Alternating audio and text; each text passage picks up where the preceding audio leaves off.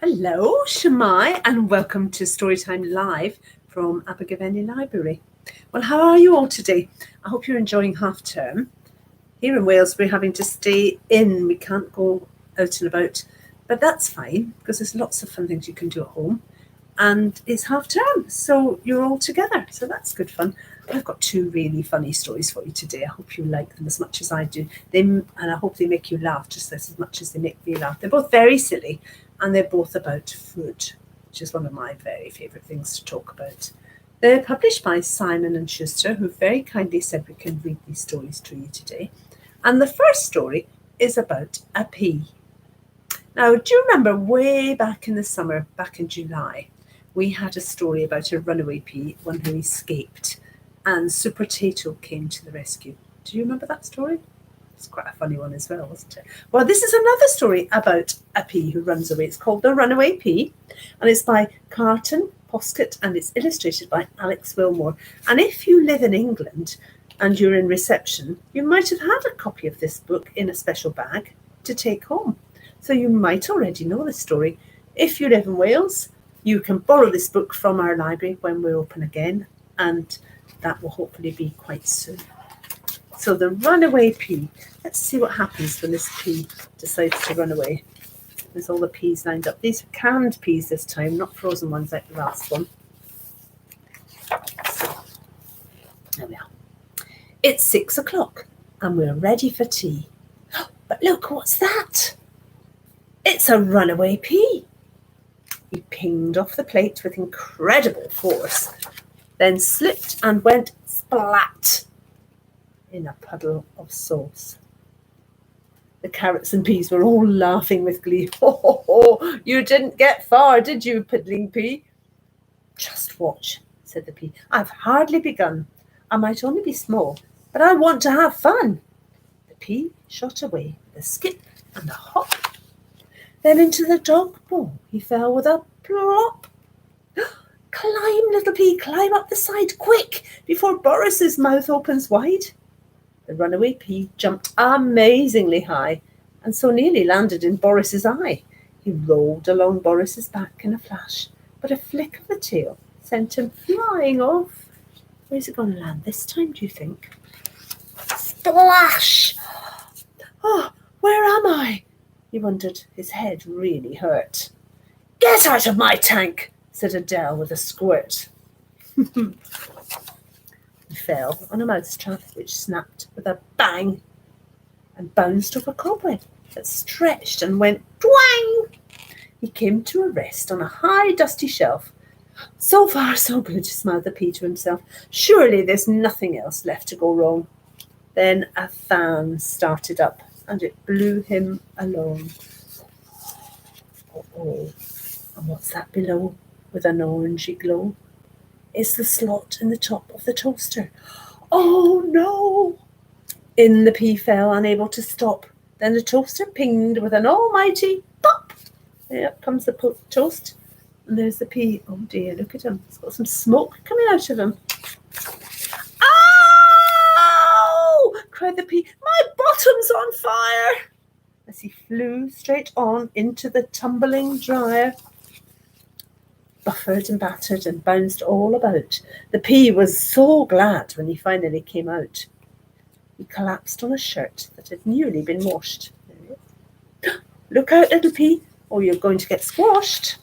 He tumbled and rolled along out of control and under the fridge to a dark, sticky hole. Can you see some eyes there? I wonder who's waiting for him there. Too weary to move, he let out a groan, then got a strange feeling he wasn't alone. Out of the gloom came mysterious shapes, a dried-up banana and 2 mouldy grapes. Oh, we were naughty, they said. We all ran away too. We don't recommend it, they whimpered quite sadly. You'll get old and wrinkled and start to smell badly. Oh, I've changed my mind, said the runaway pea. I'll get back on that plate and be ready for tea. You won't, said the grapes, because you've been on the floor. Runaway pea, you're not loved any more. The little pea trembled. He knew it was true. There was nowhere to go for him, nothing to do. helpless and hopeless and feeling forlorn. His tired eyes closed, and he gave a big yawn. Oh. But a magic thing happened while he was asleep. Can you see what's happening there? The dustpan and brush is brushing him up. Wonder he's going to end up. Let's see. He woke up beside the recycling heap. The soil was soft and the weather was sunny, and soon the peas started to feel a bit funny. Under the ground he was sprouting some roots, and out of his top he was shooting out shoots. Look what's happened. The shoots all had pods, and inside every one was a party of new peas, all bursting with fun. Can you see them? So if you should ever hear pop, bing, or splat, or splosh in the sink, or a yow from the cat, or a rappity rap in the cupboard, then please don't panic.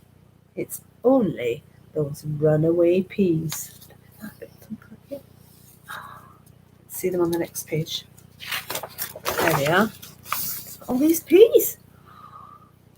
So watch out when you've got peas on your plate. Make sure none of them escape. Make sure you get them all eaten up before one of them tries to run away. Now the next story is also about food, but a different kind of story. It's about a dad who eats up absolutely everything. I wonder if you've got somebody like that in your house. It might not be your dad, but it might be somebody else. But this story is about a dad, and it's called Dustbin Dad. Can you see him? And he eats up absolutely everything, all sorts of things. Let's see what some of the strange things he eats. This book is by Peter Bentley, and it's illustrated by Russell Ayto. And as I said at the beginning, it's also published by Simon & Schuster. Dustbin Dad. Here we go, there they are. There's the whole family at the table having dinner. My dad is a dustbin. One thing he hates is seeing us leave any food on our plates. Don't throw it out. It's got flavour and taste. Just pass it to me and it won't go to waste. So Dad gobbles up all our leftover food, even the bits that are squishy and chewed. Ooh. Unfinished sandwiches, cold soggy fries, unwanted broccoli, half-eaten pies, tomatoes with teeth marks, odd scraps of fish, crunchy bits left on the side of a dish, clammy spaghetti, the whites of boiled eggs. Your father, says Mum, is a dustbin on legs. Now, we have a cat named Amelia Scrimp. She's sweet, but quite frankly, a bit of a wimp. Can you see her there? She's not really chasing the mouse. It's not a real mouse, but she's not chasing it. That Mog, said the vet, needs some puss pep up powder. You mix it with water. It tastes like fish chowder. 1 droplet will perk up your puss cat like heck. It's a mere £60. We take cash, card, or cheque. There's the vet. Later that day, on a snack finding snoop, Dad saw a pot and thought, oh, leftover soup. He tasted 1 spoonful, then 2, and then 3. This chowder's delicious, he chuckled with glee. He carried on slurping the stuff in the pot till he guzzled it all. Yes, the whole bloomin' lot. He'd just drunk a pint of the puss pep up brew. Now what would happen? What would that brew do? Dad gave a big burp and declared, oh, this is weird. I seem to be sprouting a gingery beard. Then he gasped as his hands became clomping great paws and his fingernails turned into needle-sharp claws. He started to quiver, he started to quail, then out of the back of his pants popped a tail. That potion was potent, no doubt about that. My dad had turned into a gigantic cat. Can you see him? You get all the picture, there he is. He's got his shirt on. But look, he's turned into a cat.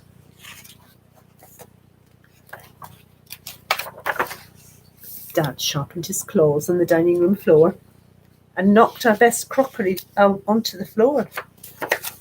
He pounced on and swallowed a very large bug. Ugh. And totally trashed our new table and rug. He licked himself clean with a satisfied purr. Then coughed up a large ball of fur. You see the bug's come out as well. He trampled the blooms of our neighbour Miss Horn, and I just can't describe what he left on the lawn. Can you see? There we are. Can you see? Miss Horn shouted, "Shoo!"